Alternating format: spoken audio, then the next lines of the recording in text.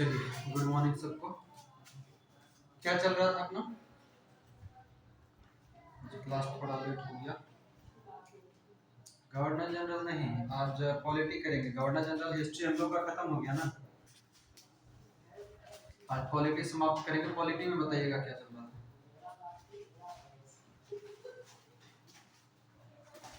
राष्ट्रपति जी चल रहे थे। गवर्नर जनरल वायसराय का सारा वीडियो आपका अरेंज करके एक जगह डाल दिए हैं। ठीक है, डे बाय डे लिखा हुआ है, क्लास 1 2 3 करके, और कौन से क्लास में कौन कौन से टॉपिक्स है उसको भी अरेंज कर दिए हैं। ठीक है, तो जिनका भी क्लास छूटा है वो सारे लोग देख लेंगे। और आप लोग को बोले थे आज दोपहर तक सारा जमा कर दें। कुछ लोग का आया है, कुछ लोग बाकी है, तो जिनका भी अभी नहीं आया है वो सबमिट कर लेंगे। ठीक है, और कल आपका लगभग 100 सवा 100 क्वेश्चन का टेस्ट रहेगा गवर्नर जनरल से पूरा। उसका रिवाइज कर लेंगे। जितना क्लास में लिखवाए हैं उससे बाहर एक भी क्वेश्चन नहीं है, और उसके लिए आपको उसका रिवीजन करना पड़ेगा एक बार। सारे लोग तैयार हैं कल देने के लिए? चलिए, तो ये हेडिंग डालिएगा राष्ट्रपति। पॉलिटी करेंगे आज हम लोग, और पॉलिटी में भी आज लगभग 1.5 घंटा टाइम बच रहा है। इस 1.5 घंटा में प्रयास करेंगे राष्ट्रपति को भी आज समाप्त कर दें, क्योंकि सबको पता है मंडे से क्या होने वाला है।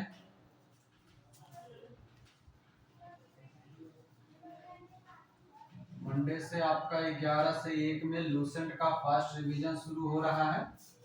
ठीक है, कब? मंडे यानी कि 25 जुलाई से लूसेंट का आपका फास्ट रिवीजन है, तो सारे लोग उस समय भी क्लास को ज्वाइन किया करेंगे।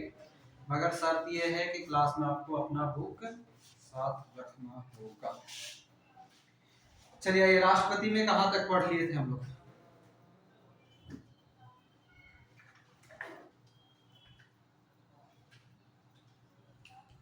चुनाव संबंधी विवाद, यानी कि चुनाव हो गया था राष्ट्रपति का।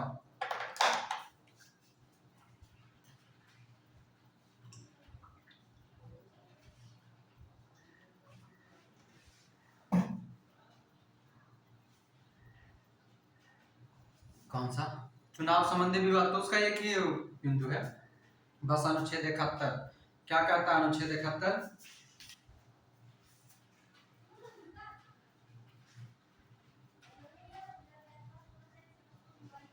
हाँ, उस दोनों के बीच का जो भी कुछ विवाद होगा चुनाव से संबंधित, वो कौन निपटाएगा? सर्वोच्च न्यायालय निपटाएगा। ये बात कहा गया है अनुच्छेद 71 में, है ना। चलिए, अब इसके आगे लिखेंगे। अब राष्ट्रपति का जो है, यानी कि हम लोग चुनाव पढ़ लिए, उसका योग्यता ये सब पढ़ लिए। अब उसके बाद हम लोगों को पढ़ना है राष्ट्रपति के शक्तियां। तो हेडिंग डाल देंगे राष्ट्रपति के शक्ति या शक्तियां। हेडिंग डालेंगे। आज की क्लास का जो आपका मुख्य पॉइंट है वह है राष्ट्रपति के शक्तियां। क्लियर है सबको?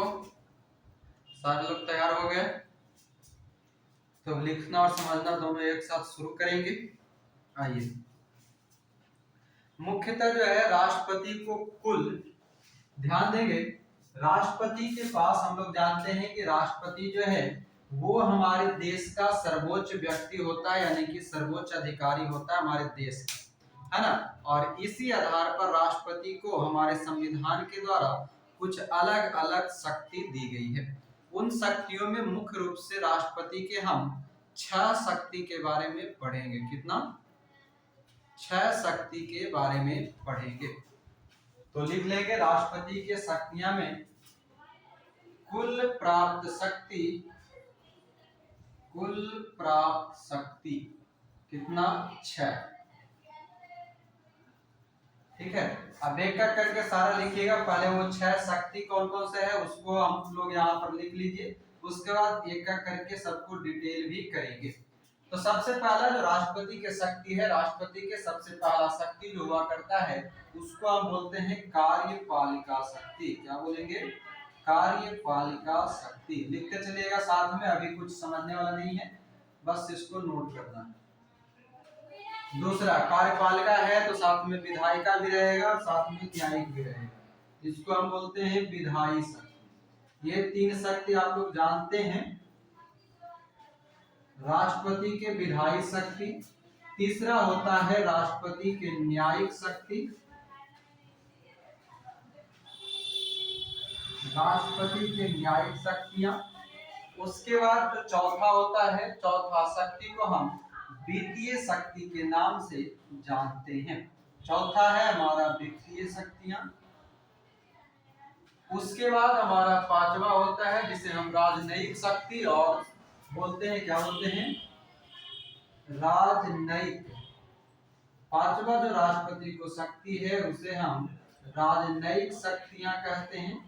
और छठा नंबर जो होता है उसे हम कहते हैं आपातकालीन शक्तियां, इमरजेंसी वाला। वर्तमान में राष्ट्रपति उम्मीदवार कौन थे जो चुनाव जीत चुके हैं? बने नहीं हैं, जीत चुके हैं। द्रौपदी मुर्मू। द्रौपदी मुर्मू जो कि भारत में जन्मी, मतलब कि स्वतंत्र भारत में जन्मी पहली राष्ट्रपति होगी, आजाद भारत की दूसरी महिला राष्ट्रपति होगी, पहली आदिवासी राष्ट्रपति होगी। तो वो सारा पॉइंट जो द्रौपदी मुर्मू से और जो यशवंत सिन्हा से है वो पॉइंट कुछ कुछ आप लोग देख लेंगे, ठीक है। ओडिशा से बिलोंग करती हैं द्रौपदी मुर्मू। विरोधी पार्टी में जो थे वो यशवंत सिन्हा थे। वो आपका कैरेंट का प्रश्न है, कैरेंट में उसको डिटेल कर देंगे। आइए अब एक एक करके हेडिंग डालेंगे। हमारे पास राष्ट्रपति के कुल 6 शक्तियां हैं। सबसे पहले तो आपसे यही पूछेगा कि राष्ट्रपति के निम्न में से कौन शक्ति नहीं है, और ऑप्शन में आपको एक देगा, इन सभी के अलावा एक जो आता है, एक कुछ दे देगा, इनमें से सभी, या फिर देगा इनमें से कोई नहीं। तो आप शक्ति को याद रखेंगे, कौन कौन सा शक्ति जो है राष्ट्रपति को मौजूद है। तो 6 शक्ति हमने जाना, एक कार्यपालिका शक्ति, दूसरा विधायिका और तीसरा न्यायिक। जो कि हमारा जो पूरा जो संविधान बनता है उसके अंतर्गत 3 भाग होता ही है, कार्यपालिका, विधायिका और न्यायिक, जो कि हम लोग पहले पढ़ चुके हैं। उसके बाद एक आता है वित्तीय शक्ति, जिसके अंतर्गत हमारा अर्थव्यवस्था से संबंधित वित्त व्यवस्था आएगा। राजनयिक शक्तियां यानी कि देश विदेश से संबंधित, और आपातकालीन यानी कि कुछ ऐसी घटनाएं हो जिससे कि देश में इमरजेंसी की हालात हो, उसके लिए जिम्मेदार व्यक्ति कौन होता है? तो राष्ट्रपति होता है। अब पहला पॉइंट लिखेंगे, यहाँ पर आप लोग को दिख रहा है, इस साइड देखिएगा, ये दिख रहा है जहां पर हम हाथ रखे हैं, यस सर नो? चलिए लिखेंगे, पहला हेड डालेंगे कार्यपालिका शक्ति, कार्यपालिका शक्तियां, ठीक है। हेड डाल लेंगे कार्यपालिका शक्तियां, और इसमें अब एक एक करके हम पढ़ेंगे। तो लिखेंगे अनुच्छेद 53 के अनुसार, सबसे पहला पॉइंट अनुच्छेद 53। अनुच्छेद 53 क्या कहता है? पीछे साथ लिखवाए होंगे। अनुच्छेद 53 कहता है, अनुच्छेद 53 के अनुसार संघ की कार्यपालिका शक्ति, संघ की कार्यपालिका शक्ति, संघ की कार्यपालिका शक्ति राष्ट्रपति में निहित होगा। पहले लिखवाए थे कि नहीं? संघ की कार्यपालिका शक्ति राष्ट्रपति में निहित होगा, ठीक है। और इसमें बताए भी थे कि जो कार्यपालिका शक्ति संघ का है उसको राष्ट्रपति या तो स्वयं उस काम को करेगा या फिर अपने किसी प्रतिनिधियों के माध्यम से वो काम को करवाएगा। आगे लिखिएगा, इसी में अगला पॉइंट लिखेंगे दूसरा, अनुच्छेद 77। ध्यान से समझिएगा, अनुच्छेद 77 का बात कर रहे हैं। अनुच्छेद 77 के अनुसार, अनुच्छेद 77 के अनुसार जो होता है, राष्ट्रपति जो है भारत सरकार के सभी कार्य, अनुच्छेद 77 के अनुसार भारत सरकार के सभी कार्य राष्ट्रपति के नाम होगा, भारत का कोई भी कार्य जो होगा वो राष्ट्रपति के नाम पर होता है, यानी कि भारत सरकार के सभी कार्यपालिका शक्ति जो होती है वो राष्ट्रपति के नाम पर ही होता है और सरकार के सभी निर्णय उसके निर्णय माने जाते हैं। ठीक है, आगे अगला लिखेंगे अनुच्छेद 78। अब दिमाग में ये आ रहा होगा कि राष्ट्रपति का अनुच्छेद कहां से कहां तक है, राष्ट्रपति का वर्णन अनुच्छेद, जल्दी बोलिए।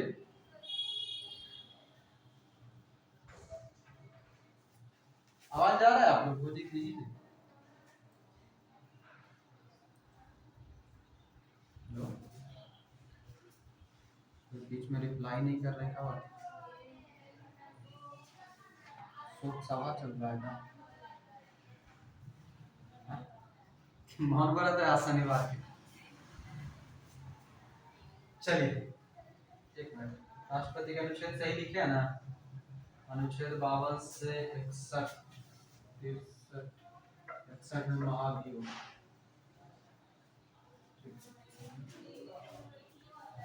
चलिए आगे कहाँ पर थे, क्या पढ़ लिख रहे थे?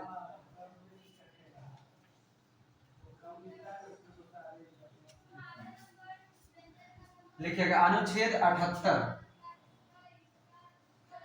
अनुच्छेद 78 के अनुसार, सारा अनुच्छेद इसका इंपॉर्टेंट है, ध्यान से रखिएगा, राष्ट्रपति से संबंधित काम को लेकर के ये सभी है। अनुच्छेद 78 के अनुसार राष्ट्रपति को संघ से संबंधित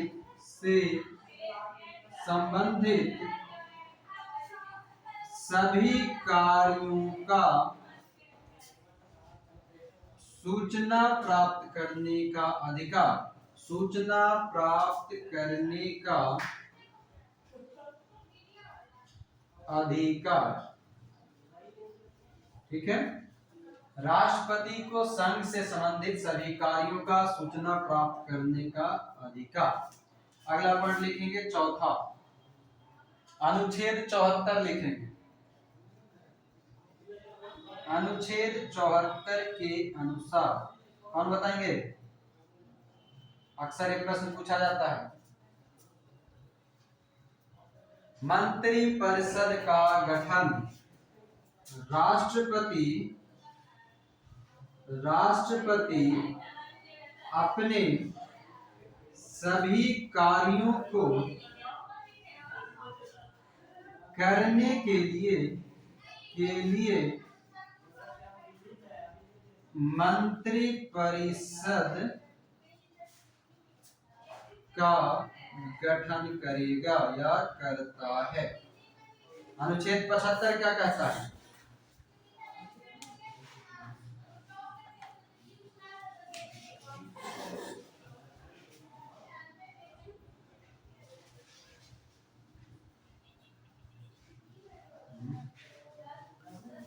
हाँ, अनुच्छेद 74 के अनुसार राष्ट्रपति अपने सभी कार्यों को करने के लिए मंत्रिपरिषद का गठन करता है।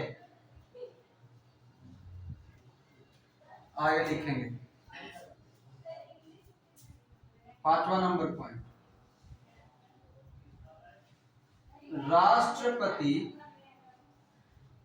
राष्ट्रपति द्वारा की गई नियुक्ति, लिखिए डायरेक्ट, राष्ट्रपति द्वारा की गई नियुक्तियां, मतलब ये पूछेगा कि किसका नियुक्ति कौन करता है, ठीक है। तो राष्ट्रपति किसका नियुक्ति करेगा वो सब एक साथ लिख लीजिए। लिखिएगा प्रधानमंत्री, लिखेंगे प्रधानमंत्री,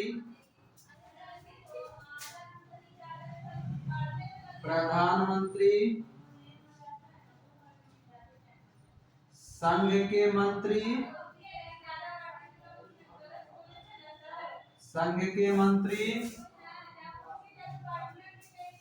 राज्य के राज्यपाल, राज्यों के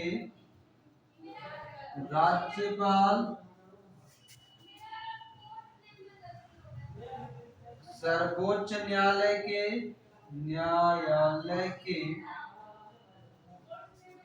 मुख्य न्यायाधीश और न्यायाधीश, डायरेक्ट हम लिख रहे हैं सर्वोच्च न्यायालय के न्यायाधीश, न्यायाधीश सर्वोच्च न्यायालय के न्यायाधीश, प्रधानमंत्री, संघ के मंत्री, राज्य के राज्यपाल, सर्वोच्च न्यायालय के न्यायाधीश और उच्च न्यायालय के न्यायाधीश। ऐसा कीजिए एक ही साथ डाल लीजिए, सर्वोच्च न्यायालय एवं स्लैश देके लिख लीजिए, सर्वोच्च न्यायालय और उच्च न्यायालय के न्यायाधीश, मुख्य और अन्य न्यायाधीश सबका, ठीक है, के न्यायाधीश, भारत के महान्यायवादी, भारत के महान्यायवादी, सीएजी नियंत्रक एवं महालेखा परीक्षक, शॉर्टकट में लिख दे रहे हैं सीएजी, ठीक है, सीएजी का मतलब नियंत्रक एवं महालेखा परीक्षक। नहीं दिखेगा तो बोलिएगा, नहीं ऐसा मन व्रत करके आए हैं कि क्या नाम है, 17 पे क्या है का जी। चलिए सीएजी, उसके बाद लिखेंगे लोक सेवा संघ के अध्यक्ष और सदस्य, यूपीएससी, यूपीएससी डायरेक्ट लिख दे रहे हैं, ठीक है, यूपीएससी के अध्यक्ष, मुख्य निर्वाचन आयोग, निर्वाचन आयोग,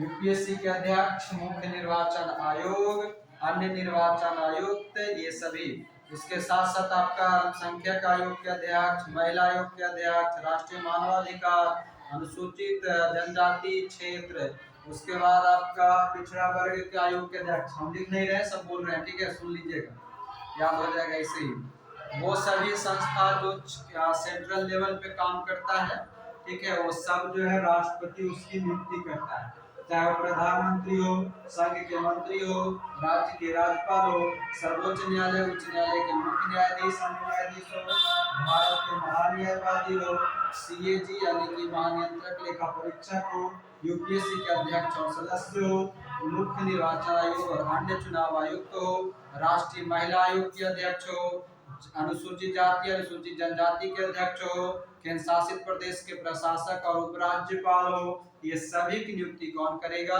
राज्यों का राज्यपाल जो है ये सब का नियुक्ति करता है प्रधानमंत्री, ठीक है। साथ ही साथ आपका वित्त आयोग, राजभाषा आयोग, जितने भी आयोग जो सेंट्रल लेवल पे काम करता है, अधिकांशता की नियुक्ति जो है वो राष्ट्रपति करता है। माइंड में खाली रखिए कि वो कौन सी संस्था या संगठन है जो सेंट्रल लेवल पे करता है काम, तो उसका सारा हो जाएगा राष्ट्रपति उसकी नियुक्ति करता है। आइए अब ऊपर से मिटा दें,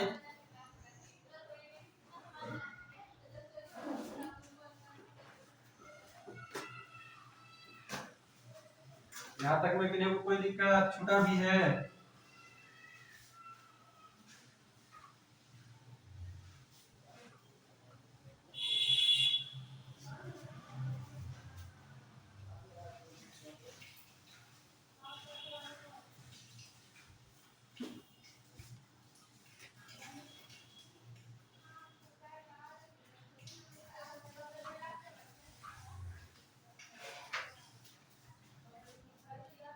चलिए ये हो गया। अब आगे लिखेंगे विधायी शक्ति, राष्ट्रपति के विधायी शक्ति। दूसरा नंबर विधायी शक्तियां, हेडिंग डालेंगे विधायी शक्तियां।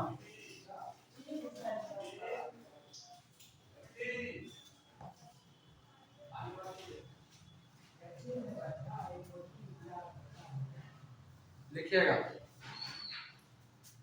पहला पॉइंट,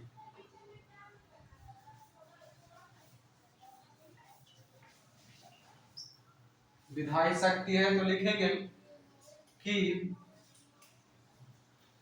राष्ट्रपति राष्ट्रपति अनुच्छेद 79 के अनुसार संसद का अभिन्न अंग है। संसद के कितने अंग? कितने अंग? संसद का अभिन्न अंग है, लिख लीजिएगा 3। कौन कौन सा? शॉर्टकट में लिख रहे हैं, लोकसभा, राज्यसभा और प्रेसिडेंट। ठीक है, 3 को होता है संसद का अभिन्न अंग। तो राष्ट्रपति अनुच्छेद 79 के अनुसार संसद का अभिन्न अंग होता है जिसके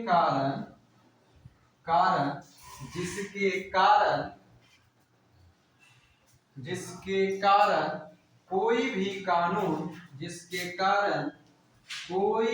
कानून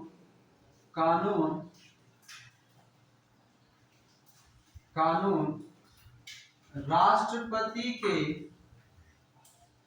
हस्ताक्षर से बनता है। राष्ट्रपति के हस्ताक्षर से बनता है, यानी कि संसद में आपका लोकसभा राज्यसभा पास कर दे, उसके बाद भी राष्ट्रपति का क्या तो हस्ताक्षर होना जरूरी है। आगे लिखेंगे दूसरा, संसद के सत्र का आहुति एवं समाप्ति। आहुति मतलब शुरुआत करना ना। हाँ, संसद के सत्र का आहूत मतलब शुरुआत। चलिए, आहूत शब्द ना समझ में आएगा तो लिखिएगा, संसद के सत्र का शुरुआत एवं अंत राष्ट्रपति करता है। ठीक है, अगला लिखेंगे, इसी में जोड़ दीजिए, लोकसभा को भंग कर सकता है। राज्यसभा भंग होता है? यस और नो? नहीं होता है। तो संसद के सत्र का शुरुआत करता है, अंत करता है, राष्ट्रपति के नाम से होता है, यानी कि राष्ट्रपति करता है, लोकसभा को भंग भी कर सकता है। आगे, लोकसभा के प्रथम अधिवेशन, प्रथम मतलब जब नया सरकार बनता है तब का बात कर रहे हैं। ठीक है, लोकसभा के प्रथम अधिवेशन समझ गया ना, जब सरकार बनेगा तब लोकसभा के प्रथम अधिवेशन या सत्र को संबोधित करता है तथा लोकसभा के प्रथम अधिवेशन और सत्र को संबोधित करता है तथा संयुक्त अधिवेशन को बुलाता है। संयुक्त अधिवेशन बुलाएगा राष्ट्रपति, अध्यक्षता कौन करता है बताएंगे? लोकसभा अध्यक्ष करेगा। तो लोकसभा के प्रथम अधिवेशन या सत्र को संबोधित करता है कौन? राष्ट्रपति, तथा संयुक्त अधिवेशन को बुलाता है। संयुक्त अधिवेशन मतलब किसका? संसद का। संसद के संयुक्त अधिवेशन को बुलाता है, मगर यहाँ पर आगे जोड़ लीजिएगा नहीं तो कंफ्यूजन रहेगा। मगर संयुक्त अधिवेशन की अध्यक्षता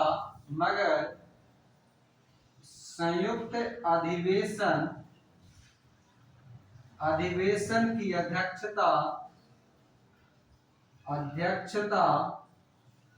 लोकसभा अध्यक्ष करता है। बात समझ में आया? बुलाएगा कौन? राष्ट्रपति। उसकी अध्यक्षता करेगा कौन? लोकसभा अध्यक्ष। आगे लिखेंगे चौथा, नए राज्यों का निर्माण, नए राज्यों का निर्माण, सीमा परिवर्तन, सीमा परिवर्तन मतलब एक राज्य से दूसरे राज्य के बीच में सीमा का बंटवारा, सीमा परिवर्तन, नाम परिवर्तन, नाम परिवर्तन, नए राज्यों का निर्माण, सीमा परिवर्तन, नाम परिवर्तन, धन विधेयक, वित्त विधेयक नहीं संचित विधेयक, धन विधेयक, धन विधेयक, विधेयक, संचित निधि, संचित निधि आदि। संचित निधि पर राष्ट्रपति की अनुमति से होता है, राष्ट्रपति की अनुमति से, राष्ट्रपति की अनुमति से होता है। ठीक है, जो धन विधेयक है, संचित निधि पर का जो विधेयक है, ये सभी राष्ट्रपति करता है। आगे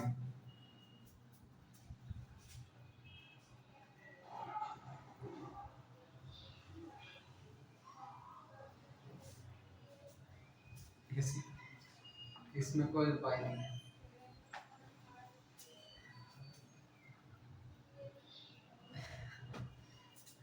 ऑनलाइन वाला में वो सुविधा नहीं है, खास करके इसमें यूट्यूब वगैरह में तो क्वालिटी एक्सचेंज करने का देता, शायद इसमें भी होना चाहिए। सेटिंग में नहीं, सेटिंग में adjust video for low light make it easier to see your when your light is नहीं है, ऑनलाइन वाला में नहीं है इसमें। चलिए पांचवा लिखेंगे, पांचवा क्या लिखेंगे? अभी तो फिलहाल ये मंगल भारती बंद हो गया है ना लोकसभा में, फिर भी लिख लीजिए, प्रश्न पूछता रहता है। लिखेगा राष्ट्रपति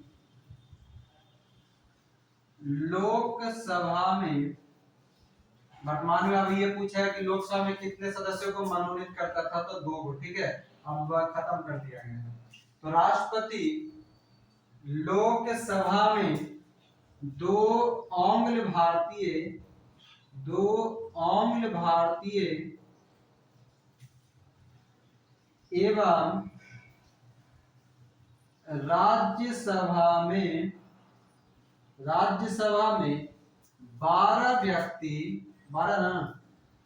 व्यक्ति कला, विज्ञान, साहित्य, खेल आदि 12 व्यक्तियों को कला, विज्ञान, साहित्य, खेल आदि के क्षेत्र में मनोनीत करता है, ध्यान रखेंगे लोकसभा में 2 गो, राज्यसभा में 12 गो। वर्तमान में लोकसभा में बंद कर दिया गया मंगल भारती वाला, लोकसभा में और विधानसभा दोनों जगह।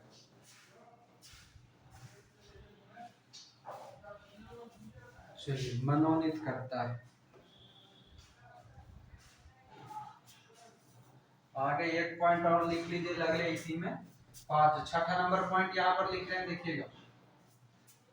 ठीक है, राष्ट्रपति की विधायी शक्ति के अंतर्गत ही अनुच्छेद 123 के तहत राष्ट्रपति क्या लाएगा? अध्यादेश लाता है, अध्यादेश 123 के तहत लाएगा। तो इसका विधायी शक्ति समाप्त। बढ़े आगे, मिटा दें।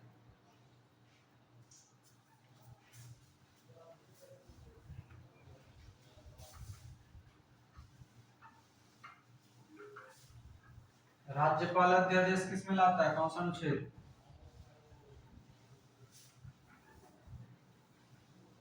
213।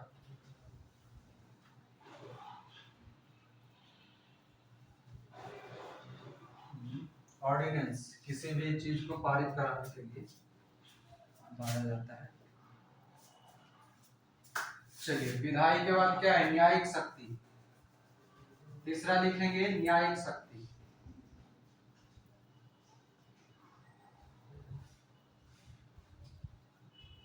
न्यायिक शक्ति अब न्याय दिलाने वाला काम करेगा। चलिए,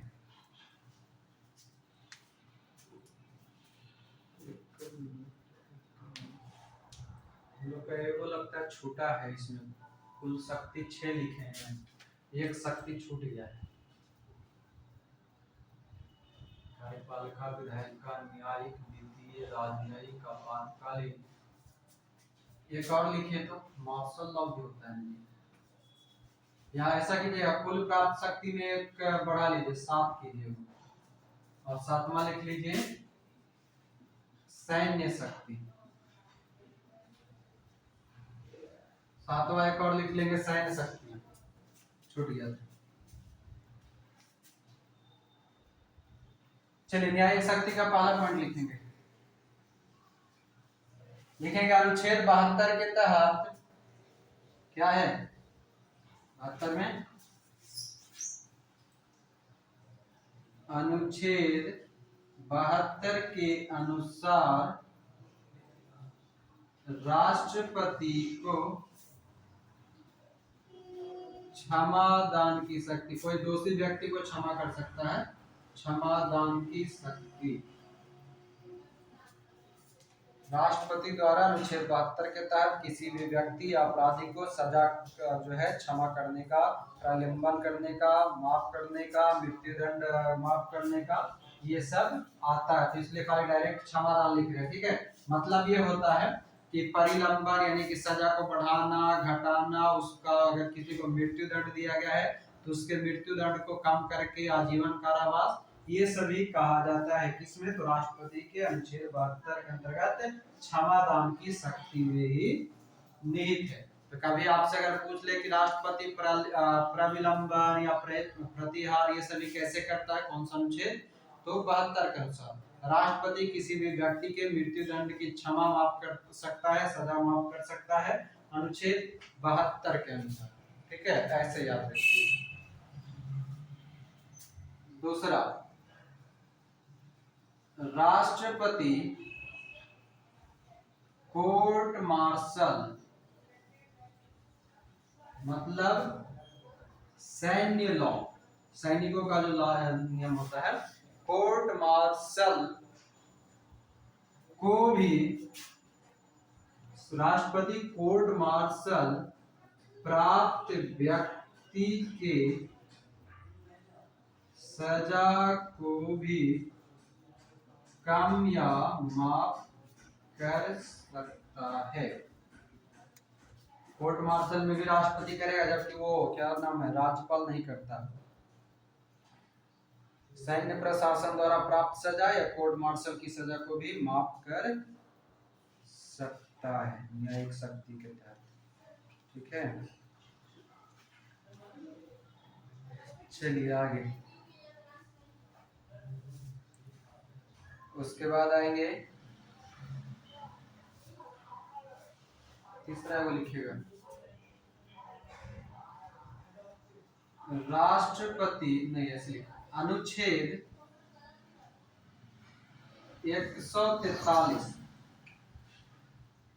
143 के अनुसार राष्ट्रपति, अनुच्छेद 143 के अनुसार राष्ट्रपति सर्वोच्च न्यायालय से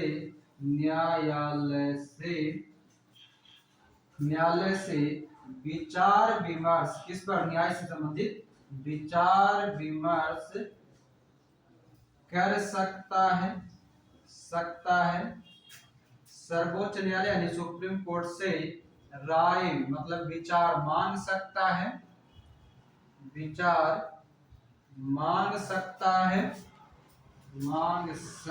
है, परंतु राष्ट्रपति सुप्रीम कोर्ट के विचार को मानने के लिए बाध्य नहीं होता, बाध्य नहीं होता। ये पूरा लैंग्वेज फॉर्मेट में हुआ, इतना हम लिखिए।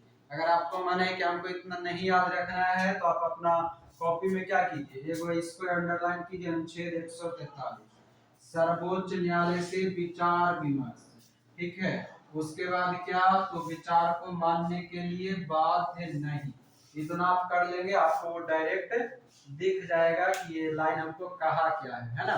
तो राष्ट्रपति अनुच्छेद 143 के अनुसार जो है सर्वोच्च न्यायालय से विचार विमर्श कर सकता है, लेकिन सर्वोच्च न्यायालय के बात को मानने के लिए राष्ट्रपति बाध्य नहीं होता है ना। आइए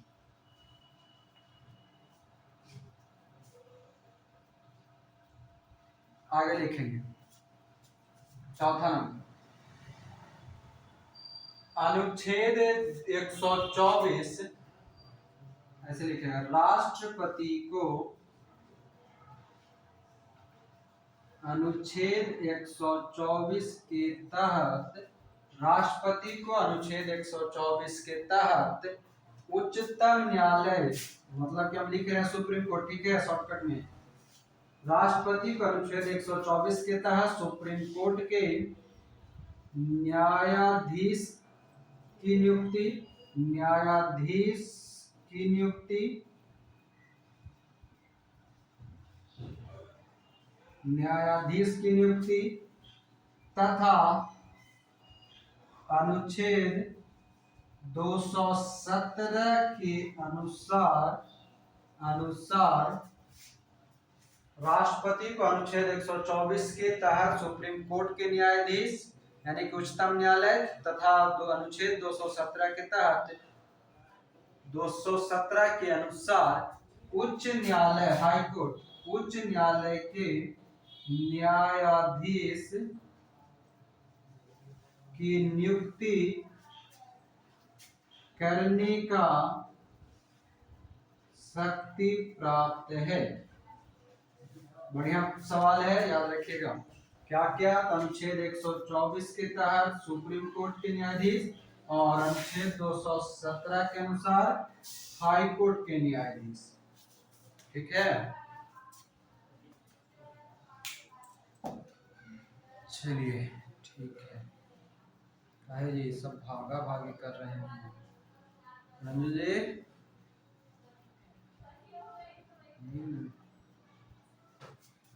राष्ट्रपति का अनुच्छेद 124 के तहत सुप्रीम कोर्ट के न्यायाधीश की नियुक्ति तथा अनुच्छेद 217 के अनुसार हाई कोर्ट के न्यायाधीश की नियुक्ति का शक्ति दिया गया है। अब अगला लिखिएगा कौन सा है, वित्तीय शक्ति। बस 3 बार छोटा छोटा ही सब है, बस कुछ नहीं। मुख्य न्यायिक, चौथा है राष्ट्रपति को अनुच्छेद 124 के तहत सुप्रीम कोर्ट के न्यायाधीश की नियुक्ति तथा अनुच्छेद 217 के अनुसार के अनुसार हाई कोर्ट के न्यायाधीश की नियुक्ति करने का शक्ति प्राप्त है। 124 से सुप्रीम कोर्ट के न्यायाधीश, 217 से हाई कोर्ट के न्यायाधीश। आइए चौथा नंबर लिखेंगे। चौथा क्या है, वित्तीय शक्ति। लिखिए वित्तीय शक्तियां, वित्तीय शक्ति लिखेंगे। वित्तीय शक्ति में कुछ होना है, सब जानते हैं कौन सा, बजट। पहले लिखेंगे राष्ट्रपति पूरे एक वर्ष के लिए, नहीं ऐसे लिखेगा वित्तीय वर्ष के लिए, राष्ट्रपति वित्तीय वर्ष के लिए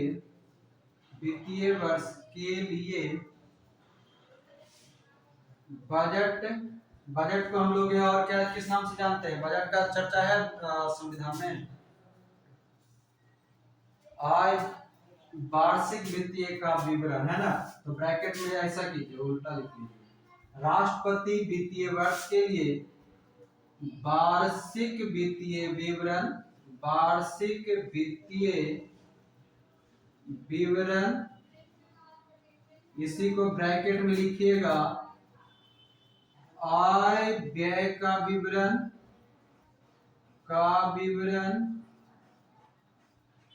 इसी को लिखिएगा, या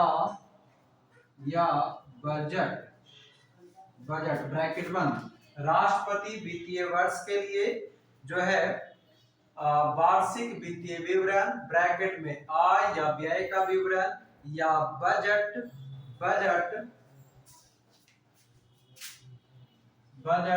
राष्ट्रपति वित्तीय वर्ष के लिए वार्षिक वित्तीय विवरण बजट अनुच्छेद 112 ना, अनुच्छेद 112 के तहत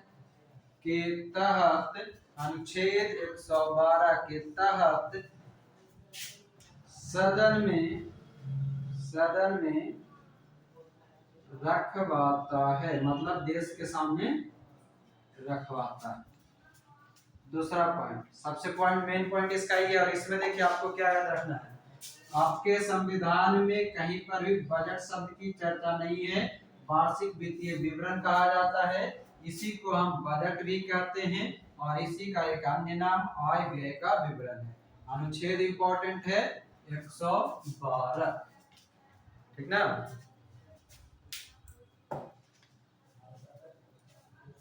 आगे लिखिएगा, राष्ट्रपति के अनुमति के बिना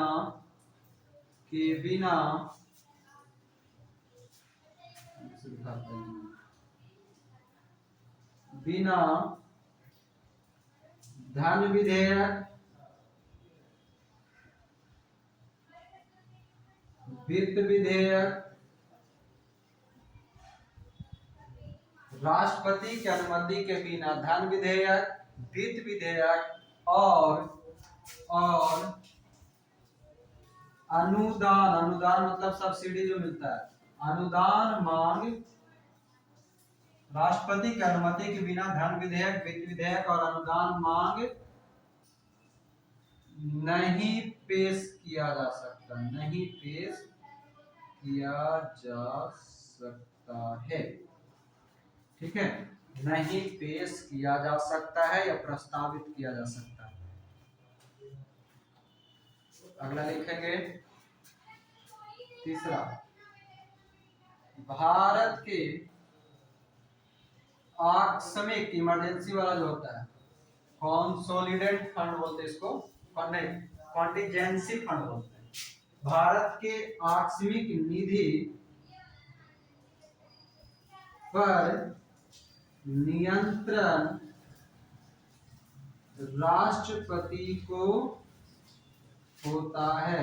एक लाइन जो है, एक लाइन पूरा इंपॉर्टेंट है, ठीक है, डायरेक्ट एकदम मलाई है, एकदम सब।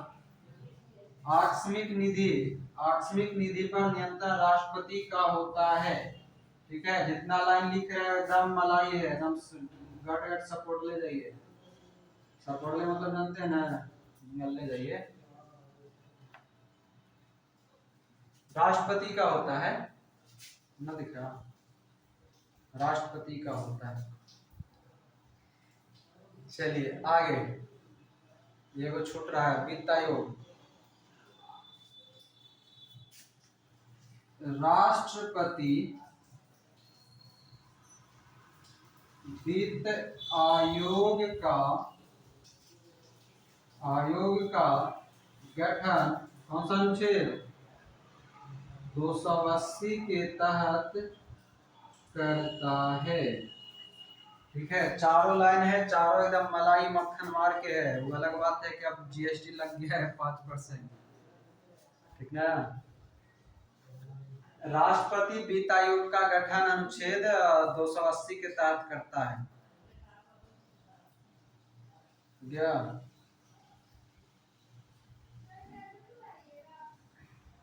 चलिए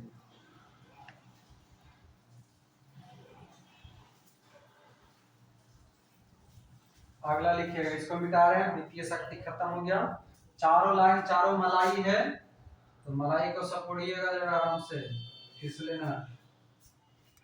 जीएसटी लगा है उससे मतलब नहीं है, सपोर्ट जाना है। क्या परसेंट जीएसटी लगा है जी मटन पनीर पे?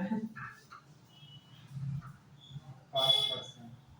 और के सब पनीर चिली या मटर पनीर खाते हैं। चलिए वित्तीय के बाद क्या है, राजनयिक, पांचवा लिखेंगे राजनयिक शक्ति। राजनयिक मतलब कुछ नहीं, डिप्लोमेट है, मतलब विदेशों से संबंधित रहेगा। जैसे राजनयिक बोले तो समझ जाना कि कोई ना कोई विदेशी है का चर्चा। ठीक है, पहला पॉइंट लिखेंगे, पहला पॉइंट लिखेंगे राजनयिक शक्ति में। विदेशों में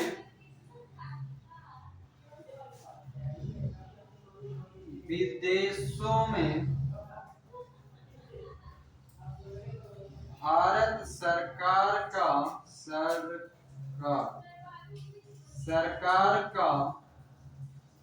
प्रतिनिधित्व या सभी कार्य राष्ट्रपति के नाम होता है। मतलब कि विदेश में जितना भी समझौता करवाए, चाहे मोदी जी जाए चाहे कोई भी जाए, वो वहां जो कुछ भी समझौता होगा वो राष्ट्रपति के नाम पर होगा। आगे लिखिएगा, भारतीय दूतावास, भारतीय दूतावासों के लिए, भारतीय दूतावासों के लिए राजदूत एवं राजनयिक प्रतिनिधियों की नियुक्ति करता है। गम मलाई है, छान ले जाइए, सपोर्ट ले जाइए।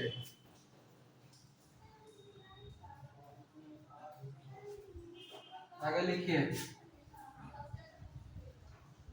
विदेशों से, विदेश मतलब भारत के अलावा जितना देश, विदेश का मतलब क्या, भारत के अलावा जितना देश जो है वो भारत के लिए विदेश है। ठीक है, स्वयं जो देश जो स्वयं है उसके अलावा अन्य सभी देश विदेश कहलाता है। तो विदेशों से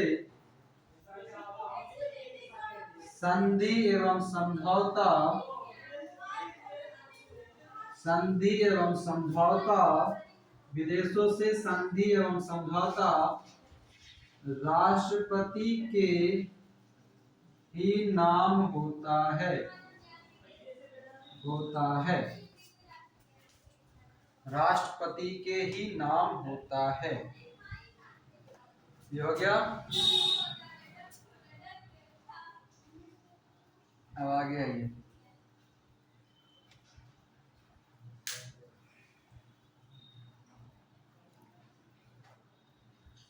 प्रतिनिधियों की नियुक्ति करता है।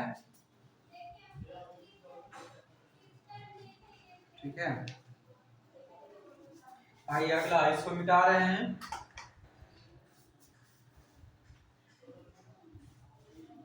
राजनयिक हो गया, अगला क्या, आपातकालीन। अगला हेडिंग डालेंगे आपातकाल।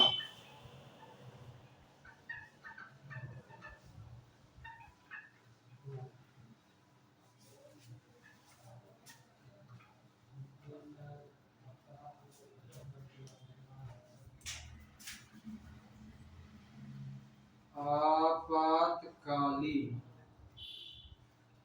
कॉलिंग भैया का नाम सुने हैं? हम लोग सुने, कोई नहीं, कोई दिक्कत ना है। आपातकाल, आपातकालीन लिखिएगा। राष्ट्रपति को आपातकाल से संबंधित 3 शक्तियां प्राप्त है, 3 शक्तियां प्राप्त है। ये क्या करके लिखिएगा, अब पहला लिखिएगा, राष्ट्रपति को आपातकाल से संबंधित 3 शक्तियां हैं। अब पॉइंट नंबर 1 लिखिएगा, राष्ट्रपति से संबंधित 3 शक्ति में, ठीक है। पहला लिखिएगा राष्ट्रीय आपात, नेशनल इमरजेंसी, राष्ट्रीय आपात, और इसी को एक्सपेंड कर देते हैं, ठीक है। उसके बाद दूसरा लिख लेंगे, उसके बाद तीसरा लिख लेंगे। तो राष्ट्रीय आपात को हम नेशनल इमरजेंसी कहते हैं, लिखेंगे अनुच्छेद 352 के अनुसार, अनुच्छेद 352 के अनुसार, अनुच्छेद 352 के अनुसार युद्ध, बाह्य आक्रमण तथा सैन्य विद्रोह। अनुच्छेद 352 के अनुसार युद्ध,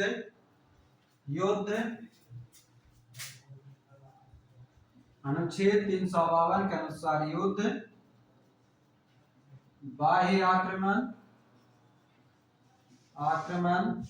या सैन्य विद्रोह। और यहाँ पर एक काम कीजिएगा, राष्ट्रीय आपात अनुच्छेद 352 के अनुसार युद्ध, बाह्य आक्रमण या सैन्य विद्रोह, यहाँ पर ब्रैकेट में लिखिए 42वां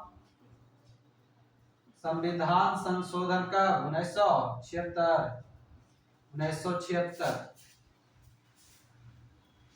युद्ध, बाह्य आक्रमण और सैन्य विद्रोह, 42वां संविधान संशोधन 1976 के अनुसार, ठीक है। और अब सेंटेंस पूरा कीजिएगा। अनुच्छेद 352 के अनुसार राष्ट्रपति जो है युद्ध, बाह्य आक्रमण या सैन्य विद्रोह के आधार पर, सैन्य विद्रोह के आधार पर देश में आपातकाल की घोषणा कर सकता है। अक्सर पूछा जाता है प्रश्न, एक पूछेगा आपको कौन सा संशोधन, और एक मिनट यहाँ पे लगता है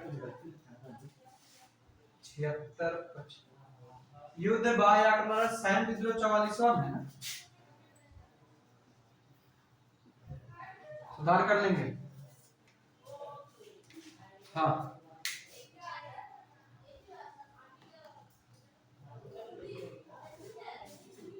उसको ब्रैकेट बंद करके लिखिएगा सैन्य विद्रोह के आधार पर, और ये सुधार लेंगे, यहाँ पर गलत लिखा गया था, 42वां नहीं 44वां संविधान संशोधन 1978 कर लेंगे। क्या चलिए आगे, विद्रोह के आधार पर देश में आपातकाल की घोषणा कर सकता है, ठीक है। और ये सभी मंत्रिमंडल की लिखित सहमति से होता है, ये भी याद रखिएगा, ठीक है। चलिए इसी में सेंटेंस पूरा कर देते हैं, अधूरा नहीं रहेगा, डॉट क्लियर हो जाएगा। लिखिएगा इसी में, नहीं इसी का अगला पॉइंट लिखिए, इसको एक बनाइए, इसमें ए बी सी डी लिखिए, इसको ए बनाइए, इसको बी बनाइए। लिखिएगा राष्ट्रीय आपात की घोषणा राष्ट्रपति, राष्ट्रीय आपात की घोषणा राष्ट्रपति मंत्रिमंडल के, राष्ट्रीय आपात की घोषणा राष्ट्रपति मंत्रिमंडल के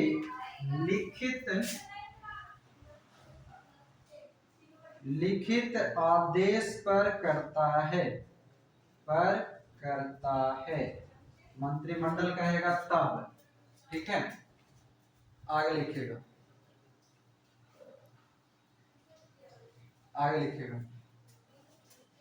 तीसरा राष्ट्रीय आपात, नेशनल इमरजेंसी, राष्ट्रीय आपात की उद्घोषणा का, राष्ट्रीय आपात की उद्घोषणा मतलब जिस दिन घोषणा किया जाएगा, राष्ट्रीय आपात के उद्घोषणा का 1 माह के अंदर राष्ट्रीय आपात की उद्घोषणा लिखिएगा, लिखा गया उद्घोषणा। राष्ट्रीय आपात की उद्घोषणा का 1 माह के अंदर संसद द्वारा अनुमोदित होना, 1 माह के अंदर संसद द्वारा अनुमोदित होना चाहिए, अनुमोदित होना चाहिए। और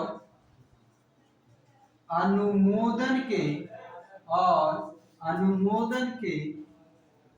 6 माह तक अनुमोदन के 6 माह तक यह लागू रह सकता है। ठीक है, राष्ट्रीय आपात उद्घोषणा को 1 माह के भीतर संसद द्वारा अनुमोदन किया जाना चाहिए। अनुमोदन के बाद आपात 6 महीने तक लागू रहेगा। ठीक है, 6 महीने तक लागू रह सकता है। और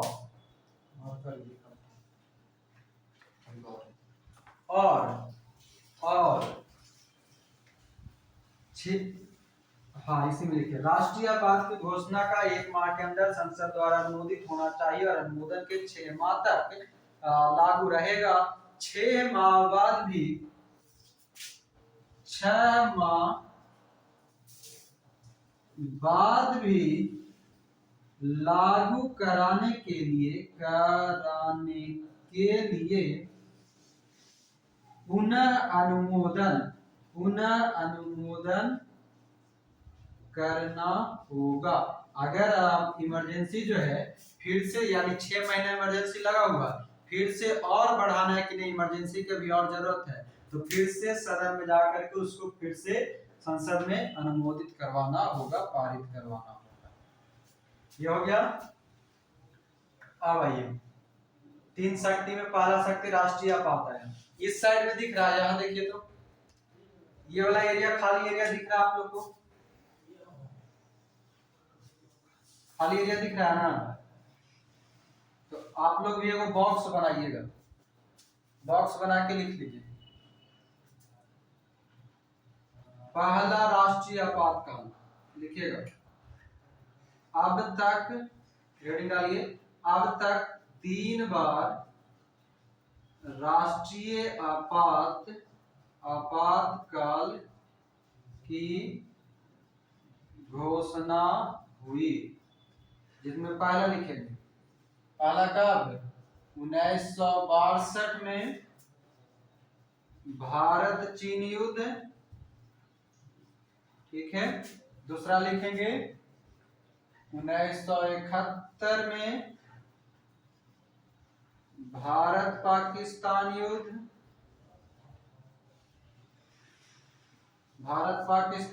और तीसरा इंदिरा गांधी वाला 1975 में आंतरिक अशांति के आधार पर, आंतरिक अशांति मतलब इंटरनली जो प्रॉब्लम था उसके कारण इसी को बदला गया, ये वाला युद्ध, बाह्य आक्रमण और सैन्य विद्रोह, 44वां संविधान संशोधन। ठीक है, तो यहाँ पर 1962 में भारत चीन युद्ध, 1971 में भारत पाकिस्तान युद्ध, 1975 में आंतरिक अशांति। हो गया।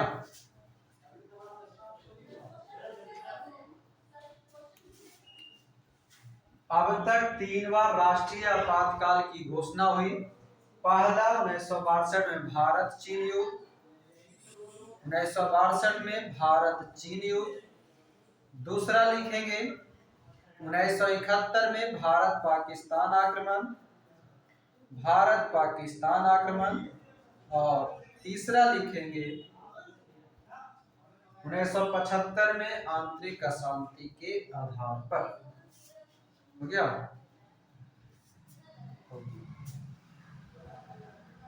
चलिए क्या दे रहे हैं इसको, राष्ट्रीय आपात हमारा समाप्त। दूसरा डालिएगा,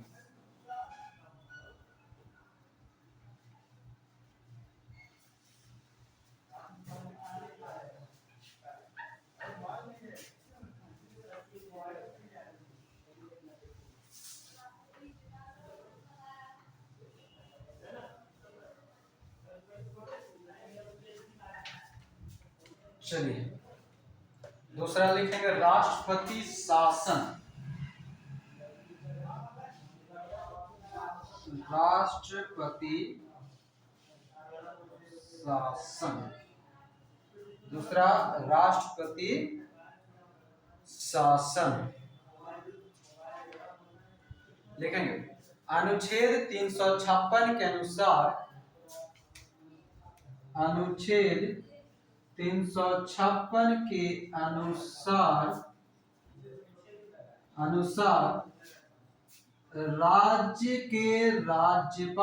राज्य के राज्यपाल द्वारा अनुमोदित करने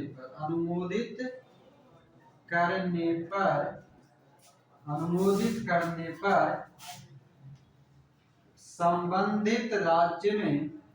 संबंधित राज्य में राष्ट्रपति शासन लागू किया जाता है। अनुच्छेद 356 के अनुसार राज्य के राज्यपाल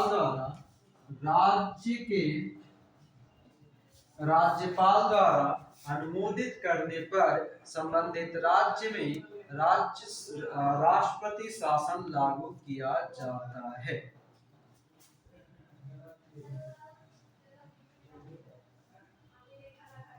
क्या चलिए आगे लिखिए, अगला पॉइंट लिखिएगा। लिखिएगा कि अनुच्छेद 356 के अनुसार राज्य के राज्यपाल द्वारा अनुमोदित करने पर संबंधित राज्य में राष्ट्रपति शासन लागू किया जाता है।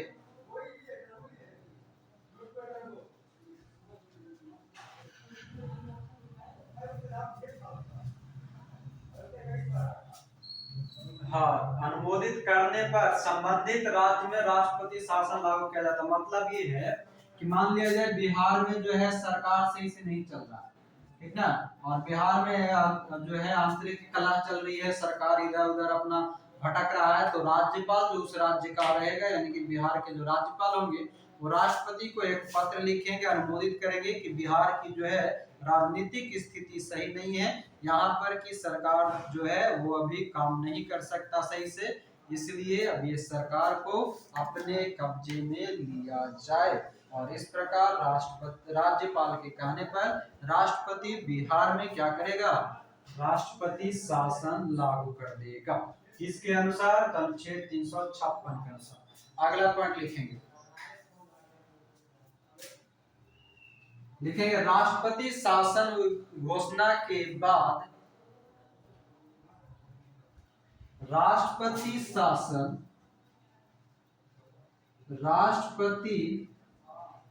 शासन घोषणा के लिए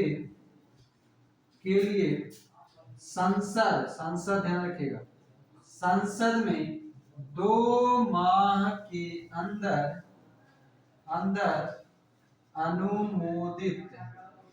अनुमोदित होना चाहिए, मतलब पारित होना चाहिए, अनुमोदित होना चाहिए। राष्ट्रपति शासन घोषणा की जो स्वीकृति है, मतलब संसद में जो है 2 माह के भीतर आवश्यक है, और संसद में अनुमोदन के बाद देखिएगा, इसमें एक टर्म बहुत बढ़िया छिपा हुआ है, राष्ट्रपति शासन घोषणा के लिए संसद में 2 माह के अंदर अनुमोदित या स्वीकृति होना चाहिए, तथा अगला लाइन ध्यान से सुनिएगा, तथा उद्घोषणा एक बार में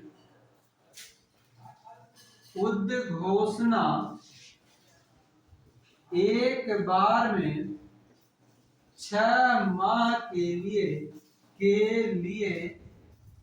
ही रहता है। अगर एक बार राष्ट्रपति शासन लगा है तो पहला बार में 6 महीने के लिए ही रहेगा, ठीक है, और के लिए ही रहता है, किंतु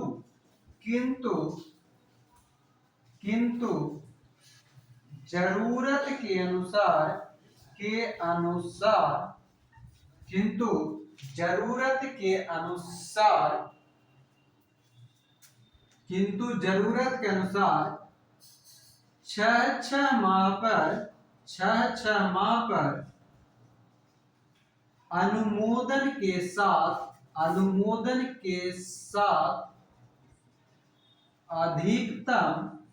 अधिकतम 3 वर्ष तक रह सकता है।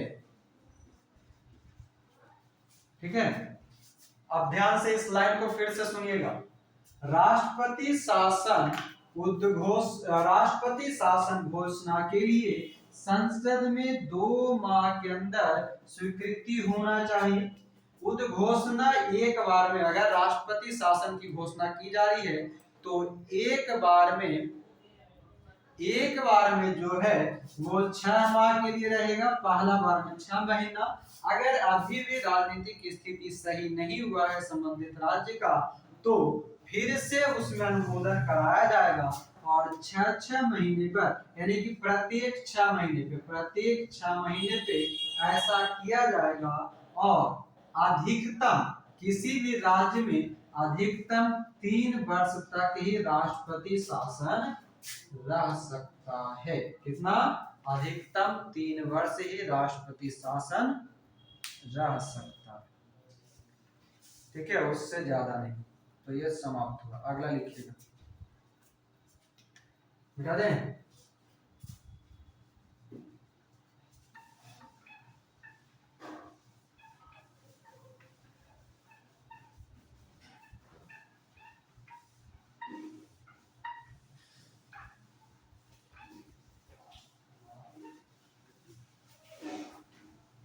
चलिए तीसरा नंबर लिखेंगे। तीसरा कौन सा?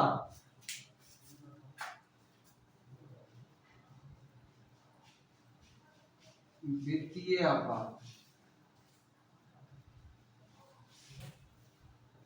तीसरा लिखेंगे वित्तीय आपात। वित्तीय आपात कुछ नहीं है, 360 में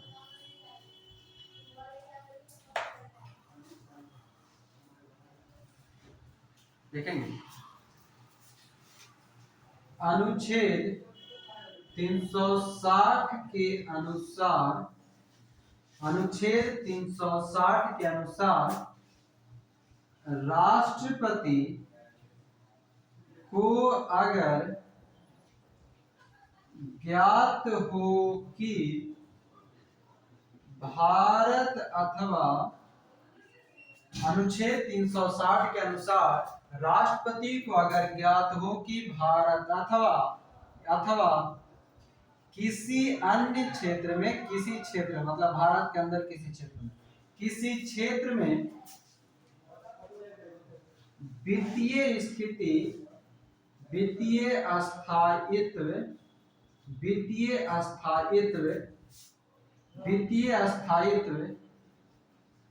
सही नहीं है तो उस क्षेत्र में वित्तीय आपात की घोषणा कर सकता है।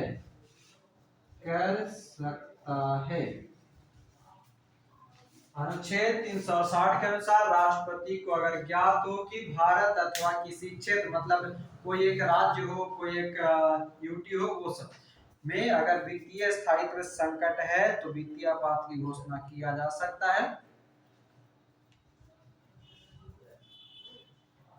लिखिएगा, ये हो गया पहला पॉइंट। दूसरा लिखेंगे, वित्तीय आपात शुरू में सिर्फ 2 माह के लिए होता है। वित्तीय आपात सिर्फ 2 माह के लिए होता है, उससे ज्यादा नहीं होता। अगर फिर ज्यादा होगा तो फिर से संसद द्वारा अनुमोदित करना पड़ेगा। और कोई शक्ति बच गया? 7वां शक्ति वो सैन्य शक्ति बच रहा है ना। हो गया तो बोलिएगा।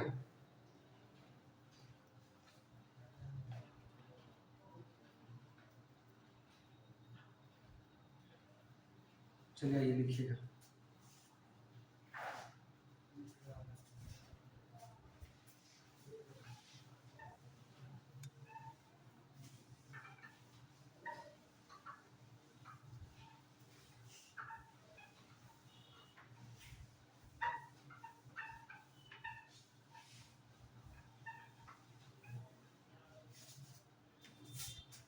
आपातकालीन हो गया, एक सातवां बच रहा होगा उसको लिख लीजिए, वो 2 लाइन है, ज्यादा नहीं है।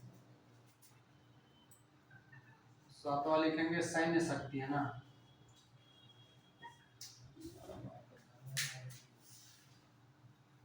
एक मिनट लिखेंगे।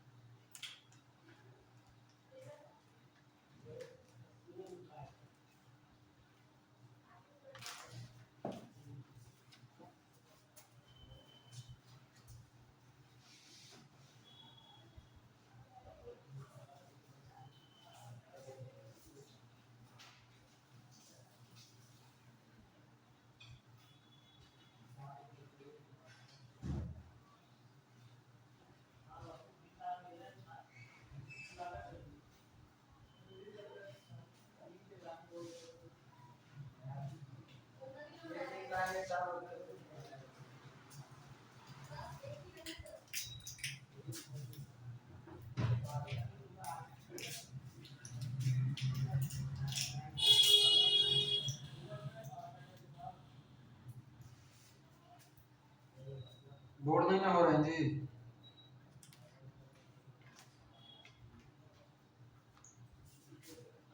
चलिए, सैन्य शक्ति। हाँ, सैन्य शक्ति यानी कि राष्ट्रपति को सातवां जो शक्ति है और आखिरी शक्ति जो है वह है सैन्य शक्ति। लिखेंगे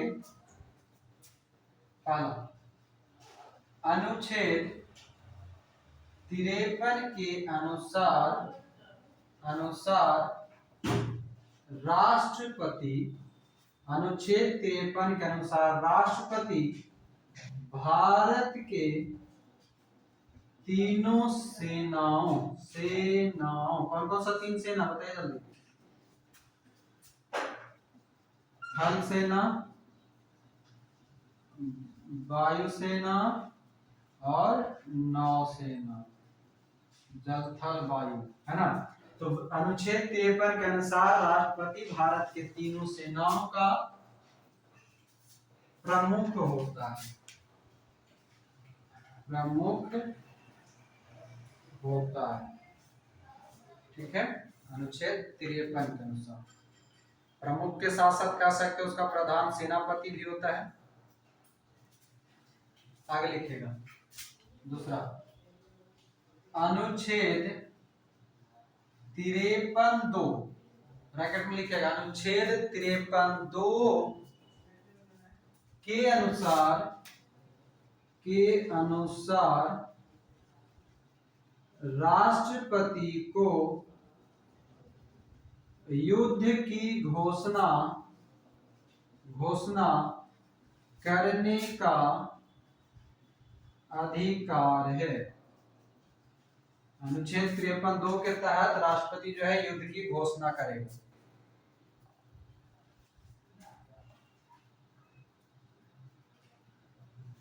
आगे लिखिएगा,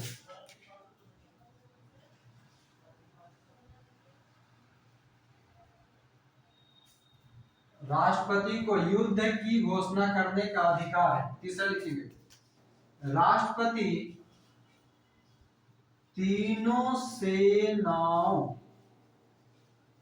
के सेनाध्यक्ष, मतलब जो प्रमुख होता है सेनाध्यक्ष, ब्रैकेट में लिख लीजिएगा प्रमुख, राष्ट्रपति तीनों सेनाओं के सेनाध्यक्ष की नियुक्ति कर सकता है। राष्ट्रपति तीनों सेनाओं के सेनाध्यक्ष यानी कि प्रमुख की नियुक्ति कर सकता है। कर सकता है, किंतु किंतु लिखिएगा, किंतु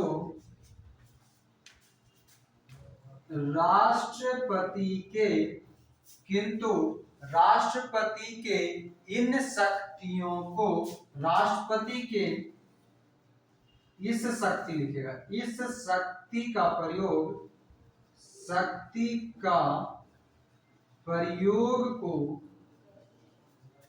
को संसद द्वारा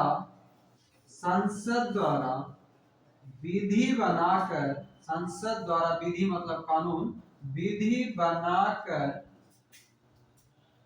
नियंत्रित या विनियमित मतलब घटा या बढ़ा सकता, नियंत्रण कर सकता, नियंत्रित या विनियमित कर सकता है। मतलब राष्ट्रपति की शक्ति को रोक कौन सकता है? तो संसद रोक सकता है, संसद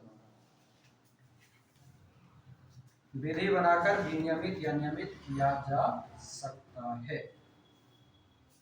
राष्ट्रपति तीनों सेनाओं का सेनाध्यक्ष की नियुक्ति करता है, किंतु राष्ट्रपति के शक्ति का प्रयोग को संसद द्वारा विधि बनाकर नियंत्रित या विनियमित किया जा सकता है। तीनों सेनाओं का प्रमुख या सेनापति होता है। संसद द्वारा विधि बनाकर नियमित और विनियमित कर सकता है।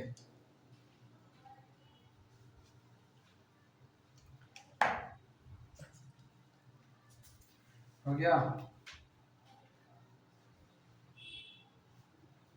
रोक सकता है, विधि बनाकर नियंत्रित या विनियमित किया जा सकता है।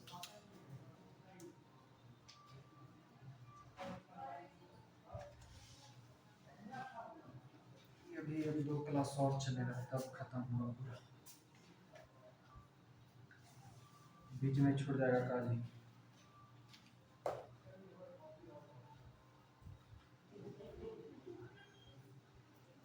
ये हो गया। ये हम लोग का राष्ट्रपति के साथ वो जो शक्ति है वो समाप्त हुआ। इसको मिटा दें पूरा।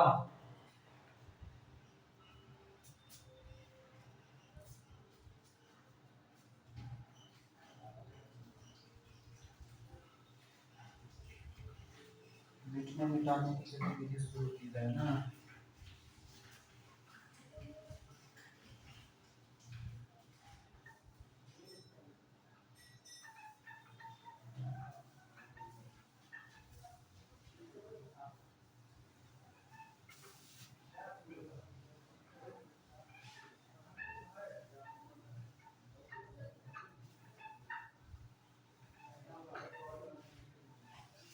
आगे क्या पढ़ेंगे?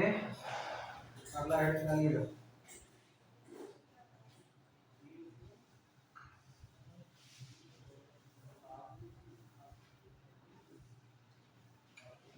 राष्ट्रपति कितना बड़का वो चैप्टर है, पता नहीं सब पढ़ के निकाल जाते हैं जी।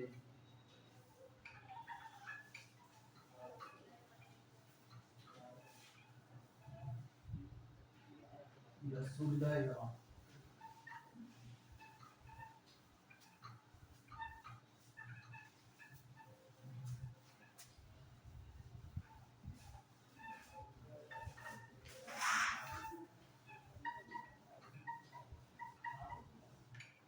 चलिए ये तो हेडिंग डालेंगे राष्ट्रपति के वीटो शक्ति, उसको लिखवा देते हैं। बाकी टाइम नहीं बचेगा तो कल क्लास निकाल कर टेस्ट है इसी दिन करा देंगे एक्स्ट्रा टाइम। आइए लिखिएगा, हेडिंग डालिएगा राष्ट्रपति के, बड़ा बढ़िया है ये पॉइंट ना, राष्ट्रपति के वीटो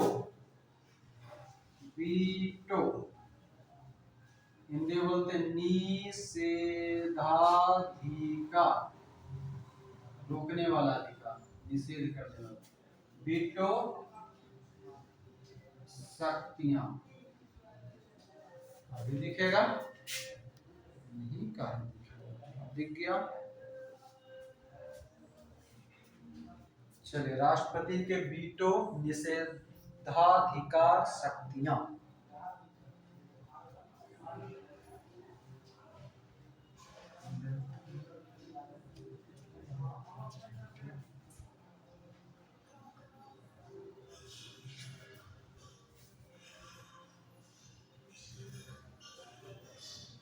चलिए लिखिएगा एक का करके लिखेंगे। पहला इससे लिखेगा कि राष्ट्रपति को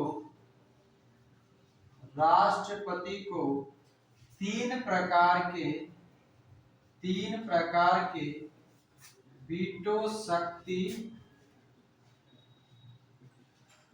प्राप्त है। राष्ट्रपति को 3 प्रकार के वीटो शक्ति प्राप्त है। पहला लिखेंगे अत्यांतिक वीटो, यहां दिख रहा है ना,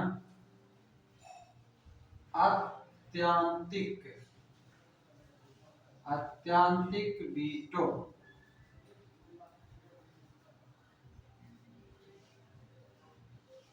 इसमें से ये वो से ज्यादातर प्रश्न पूछता है, बाकी एक आपका बीपीएससी में कभी भी पूछ लेता है। एब्सोल्यूट वीटो बोलते हैं इसको,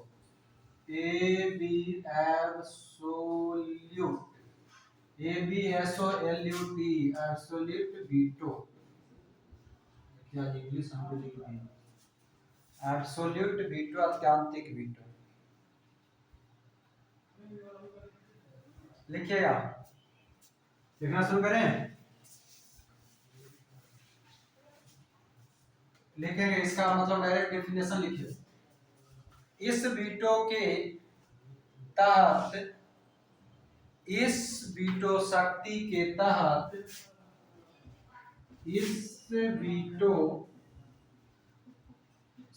शक्ति के तहत राष्ट्रपति किसी भी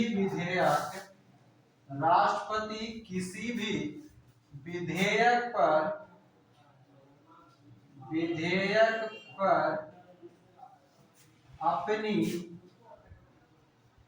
अपनी अनुमति नहीं देता है तथा उसे सुरक्षित रख लेता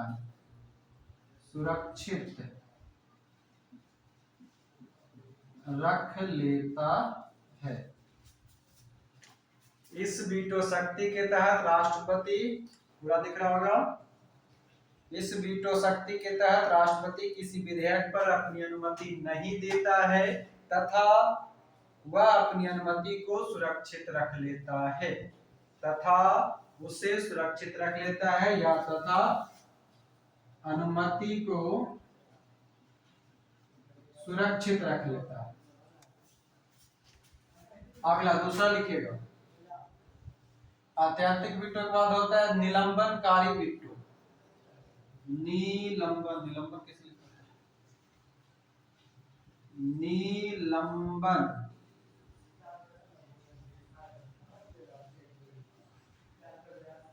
तथा अनुमति को सुरक्षित रख लेता है। जो लोग उसे लिखे होंगे वो उनका भी सही है, कोई दिक्कत नहीं है। तथा अनुमति को सुरक्षित रख लेता है। Suspension, TION, suspension veto, suspension, TENION, pension, SION, suspension veto, suspension veto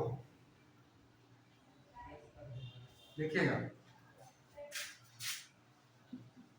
इस वीटो शक्ति के तहत राष्ट्रपति किसी विधेयक को राष्ट्रपति इस वीटो शक्ति के तहत राष्ट्रपति किसी विधेयक को संसद के पास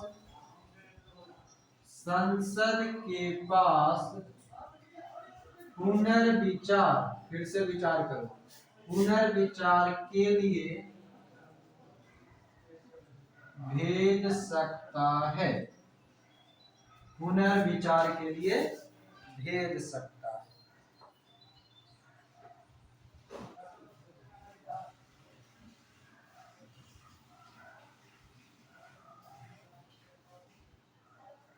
अगला और सबसे इंपॉर्टेंट, नाम तो सुने, संसद के पास पुनर्विचार के लिए भेज सकता है। अगला ये जेबी वीटो, पॉकेट वाला वीटो, जेबी वीटो, नाम तो सुना ही होगा, है ना, POCKET, पॉकेट वीटो। इस वीटो को सीधा सा समझ में एक बात में याद रख सकते हैं एक लाइन में कि अपना पॉकेट में डाल लीजिए, न लेबो न देबो न कुछ करे देबो, न खाइबो न खाए देबो। ये वाला वीटो कौन है? जेबी वीटो या पॉकेट वीटो। ठीक है, तो आपसे ये तीनों वीटो का प्रश्न पूछता रहता है, डेफिनेशन दे देगा कि कौन सा वीटो शक्ति के तहत राष्ट्रपति किसी भी विधेयक को संसद के पास पुनर्विचार के लिए भेज सकता है। तो कौन सा वीटो? निलंबनकारी वीटो। वह कौन सा विधेयक है, वह कौन सा वीटो है जिसके तहत राष्ट्रपति किसी भी विधेयक को अपने पास सुरक्षित रख लेता है, अनुमति नहीं देता है? आत्यांतिक वीटो। ठीक है, अब तीसरा जो है वे दोनों का कॉम्बिनेशन है। तीसरा एक लाइन में समझ सकते हैं, दोनों का कॉम्बिनेशन, न खाइबो न खा देबो। ठीक है, तो लिखिएगा जेबी वीटो या पॉकेट वीटो। इस वीटो शक्ति के तहत, इस वीटो शक्ति के तहत, इस वीटो शक्ति के तहत राष्ट्रपति किसी विधेयक को राष्ट्रपति किसी विधेयक को अपने पास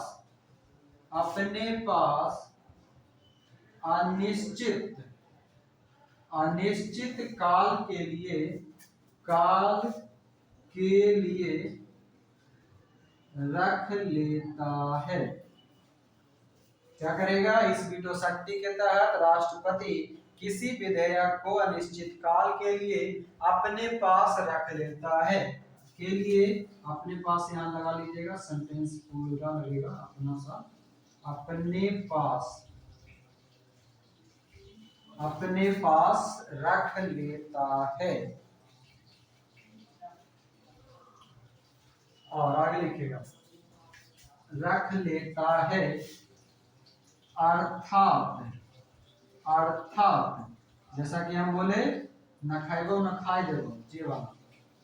आगे लिखिएगा, अर्थात, पैराग्राफ चेंज कर लीजिएगा, अर्थात, पैराग्राफ चेंज करके लिखेंगे, इस वीटो शक्ति, इसके जगह पर ऐसा कीजिए जेबी वीटो लिखिए, सेंटेंस आपको डायरेक्टली क्लिक करेगा। इस वीटो या जेबी वीटो शक्ति के तहत राष्ट्रपति विधेयक पर न अनुमति देता है और जेबी वीटो शक्ति के तहत राष्ट्रपति विधेयक पर न अनुमति देता है, न ही अनुमति देने से मना करता है, न अनुमति देता है, न अनुमति देने से मना करता है और न ही संसद को पुनर्विचार के लिए भेजता है। फिर से एक बार, जेबी वीटो शक्ति के तहत राष्ट्रपति किसी विधेयक पर न तो अनुमति देता है, न अनुमति देने से मना करता है और न ही पुनर्विचार हेतु संसद के पास भेजता है। हो गया?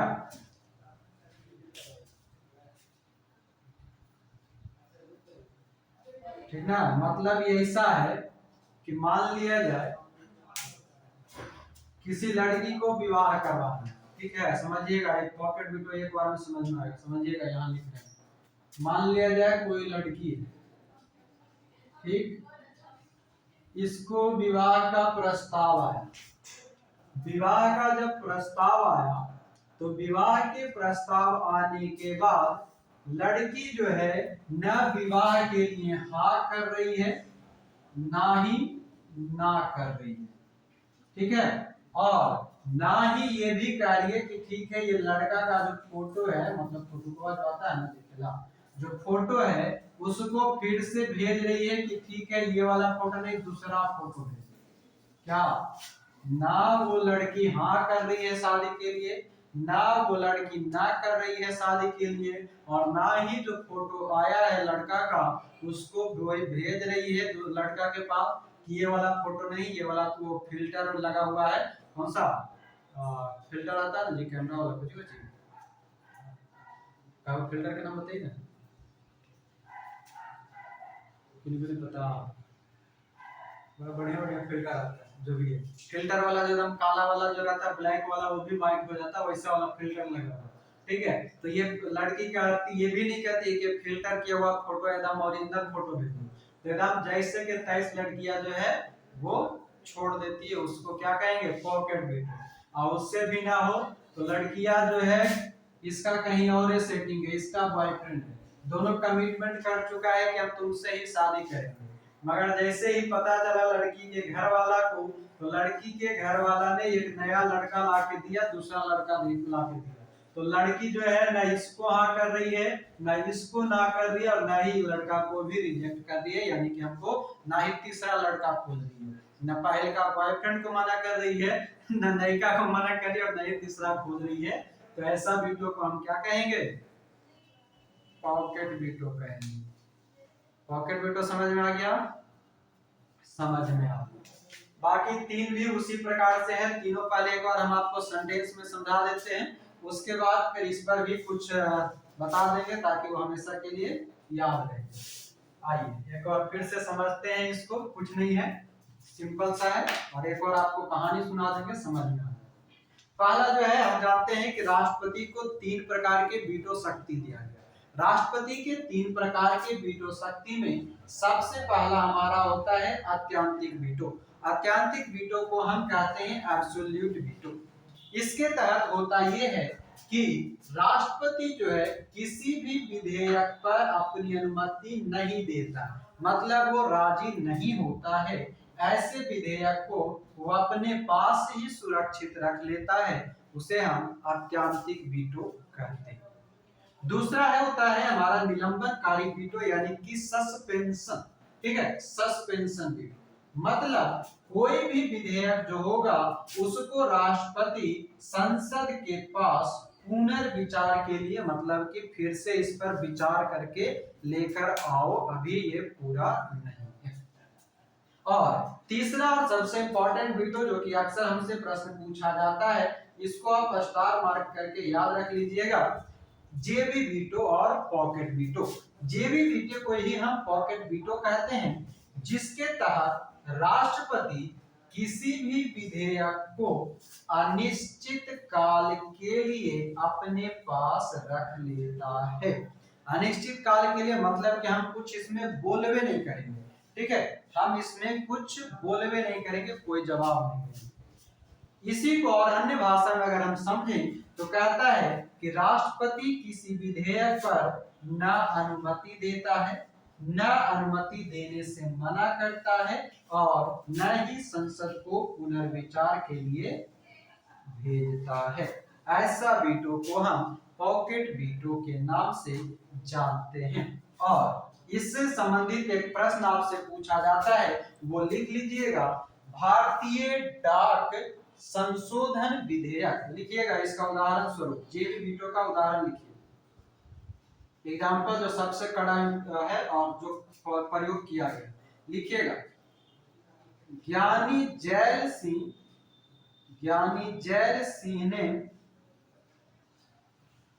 सिंह ने जो राष्ट्रपति थे उस समय, भारतीय डाक संशोधन, ब्रैकेट में संशोधन लिखेंगे, संशोधन विधेयक तथा 1986 को रोका था, यानी कि जेबी वीटो का प्रयोग किया था। बात समझ गए? 1986 में राष्ट्रपति ज्ञानी जैल सिंह ने भारतीय डाक संशोधन विधेयक 1986 को अपने पास रख लिया था। ना तो उसको पूरा अनुमति दिया, ना ही अनुमति देने से मना किया, और ना ही संसद को पुनर्विचार के लिए भेजा। तो ये था हमारा 3 प्रकार के वीटो। अब आइए इसको एक छोटा सा हम लोग अपने तरीका में समझते हैं, जिस तरीका से हर चीज समझते हैं। पहला आत्यांतिक वीटो, जैसा हम हमेशा समझाते आए हैं, कौन सा? लड़का लड़की वाला। किसको समझाते? लड़की को समझाते हैं, ठीक ना?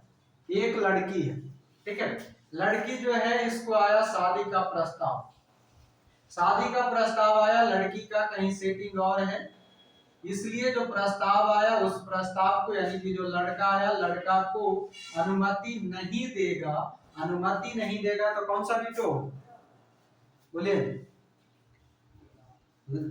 आत्यांतिक वीटो। शादी के लिए लड़की के पास ऑफर आया, लड़का आया, लड़की का अपना सेटिंग है बीएफ के साथ, इस कारण से लड़की जो है वो उस लड़का को अनुमति नहीं दिया।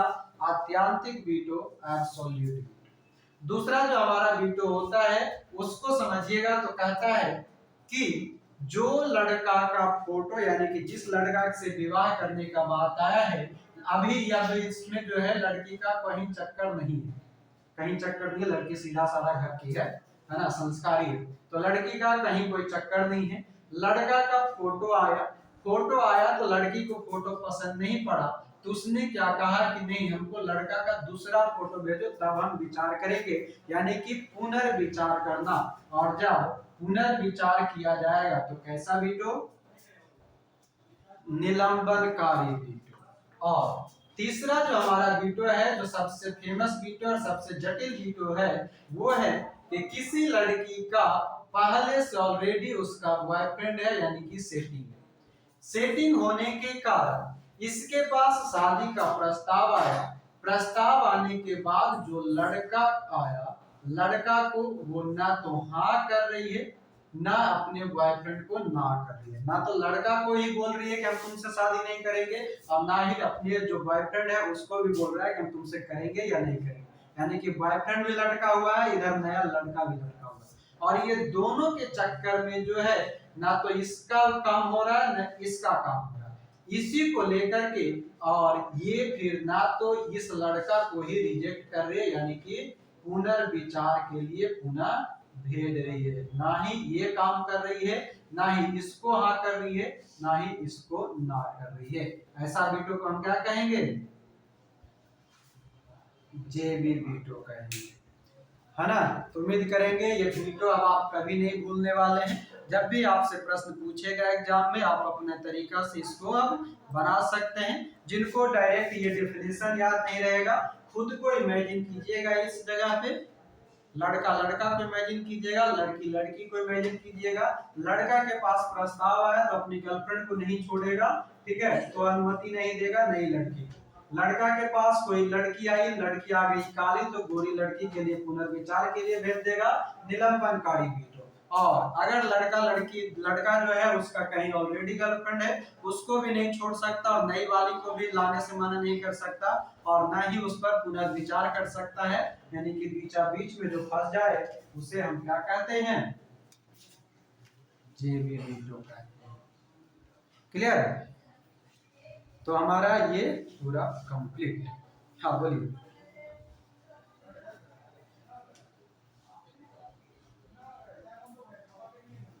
अब इसमें कौन सी समझेला रहेगा? देखिए, जैसे ही आपसे प्रश्न पूछेगा, आपको ये डिफिनेशन दिया रहेगा, ठीक है, ऊपर में आपको डिफिनेशन दिया रहेगा कि राष्ट्रपति किस वीटो शक्ति के तहत किसी विधेयक पर अनुमति नहीं देता है। राष्ट्रपति किस वीटो पावर के तहत अब किसी भी विधेयक पर अनुमति नहीं देता है? तो अत्यंतिक वीटो। हम क्या बताए कि लड़की जो है डायरेक्ट रिजेक्ट कर दे, यानी कि रिजेक्टेड मतलब जो लड़का है उसको रिजेक्ट कर देता है, अत्यंतिक वीटो। दूसरा निलंबनकारी, फिर से विचार करेला कि है कि बकलोल जैसन फोटो है, दूसरा फोटो भेज। तो राष्ट्रपति किस विधेयक के तहत, सॉरी, किस वीटो के तहत किसी विधेयक को संसद के पास पुनर्विचार के लिए भेजता है? निलंबनकारी वीटो। और तीसरा, राष्ट्रपति किस वीटो शक्ति के तहत किसी विधेयक को अनिश्चित काल के लिए रोक देता है? उसे हम क्या कहेंगे? जेबी वीटो। याद रहेगा? समझ गया ना? प्रश्न यही पूछेगा और 3 वर्ड से प्रश्न पूछेगा, और सबसे ज्यादा ये पूछेगा, वो सब तो ठीक है, आपसे ये पूछेगा कि किस विधेयक के तहत या किस वीटो पावर के तहत ज्ञानी जैल सिंह ने भारतीय डाक संशोधन विधेयक को रोका था? तो जेबी वीटो। दूसरा पूछेगा कि भारतीय डाक संशोधन विधेयक 1986 जो है उसको किस राष्ट्रपति ने जेबी वीटो का प्रयोग करके रोका? तो ज्ञानी जैल सिंह। ठीक है। और ये जेबी वीटो के समय प्रधानमंत्री कौन था बताएंगे? 1986 में बताइए। 1986 में रहेंगे राजीव, नहीं, राष्ट्रपति ज्ञानी जैल सिंह, राष्ट्र प्रधानमंत्री रहेंगे राजीव गांधी। लिख लीजिएगा कहीं पर, ज्ञानी जैल सिंह क्या है? राष्ट्रपति। राष्ट्रपति और प्रधानमंत्री लिखिएगा, अरे प्रधानमंत्री राजीव गांधी।